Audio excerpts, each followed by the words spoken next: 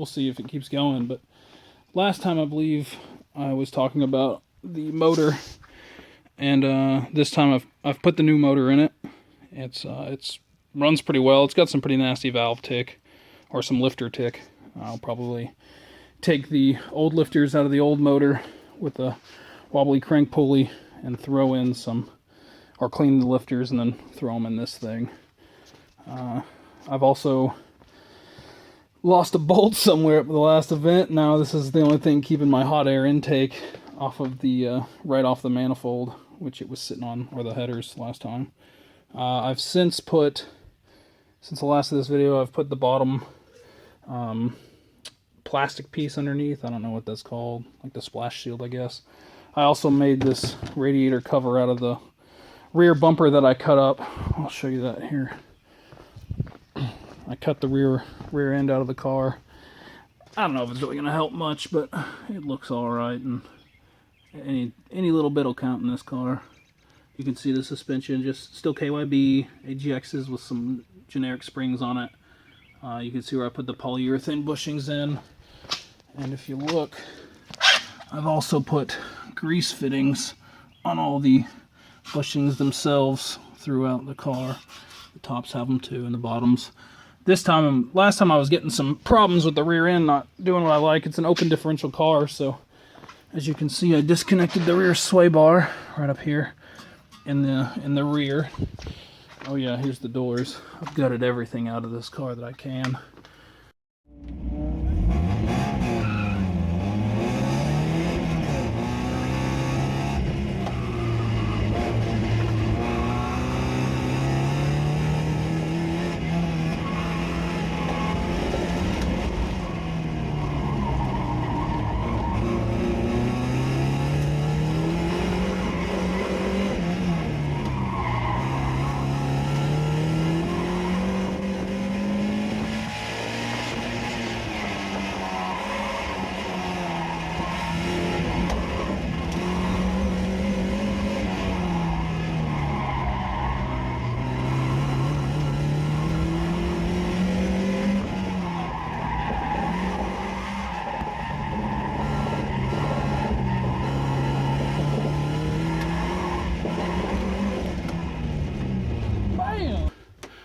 Water temp, and then over here is oil pressure, and it doubles the vacuum gauge as well, if it'll zoom in.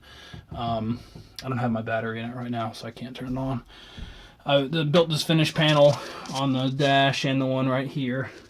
I've got this old Circle Track seat from, I don't even know where that came from. I got it for like 25 bucks, and it's super light. So, and I got this Kirky it's pretty rough on you. It's not a fun car to deal with. I drove it for the last 2 days, and it's been pretty rough. Up front here is the here we go, my front sway bar, which is very difficult to see in this right here. I've got it on the hardest setting now, or the stiffest setting, I guess I should say. It was on the softer setting. There's only 2 positions on it. I've got it on the harder setting with the front shocks on full stiff and the rear shocks on full soft. So hopefully I can get that inside wheel on those turns to really bite, because that open diff really requires some finesse. I've rotated the tires. I'm still on Toyo R1Rs, the 140 tread wears. They've since gone up to a 200 tread wear tire.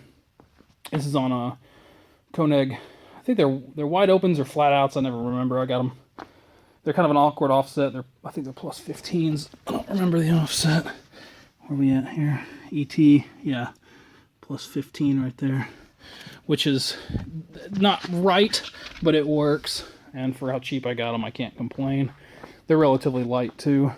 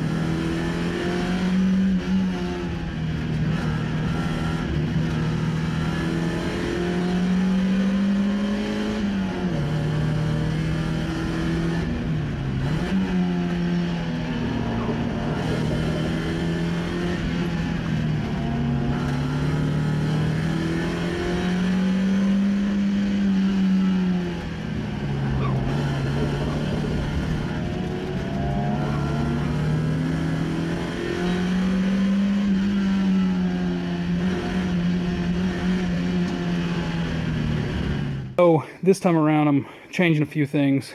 Before the last event, I installed a wideband into the car. There's the new O2. It's an Innovate LC2. I've got it mounted to the right there, and the conjunction box in the center, so I can look at the status light. Overall, I'm pretty happy with the way that it operates. It takes a little while to warm up, and you have to calibrate it, but that's kind of the reason why I got it. I appreciate the calibration factor, that it has some sort of datum at 0 that it tunes itself to, and it also comes with some pretty good tuning software. Overall, I'm pretty happy with it. I also mounted the battery here behind me, which isn't ideal. I know it's a little higher than, you know, as the lowest point in the car with the most weight, but 400 inch-pound ground controls. They're just an Ibach spring on these AGXs, and I just got the car back from a test drive. I also put these 1.5 inch IC or ISC top hats on it as well. I couldn't put the isolators on them, so I don't know if that's going to make a huge difference or not. We'll see. I don't know. But the car felt phenomenal. The front end went everywhere I told it to go. There was no mid-quarter understeer. It just felt so good out in the street. I've kept the rear springs those same M2 springs, so they're real soft. I've got the rear sway bar disconnected, and it rotated on me out on the street just perfect.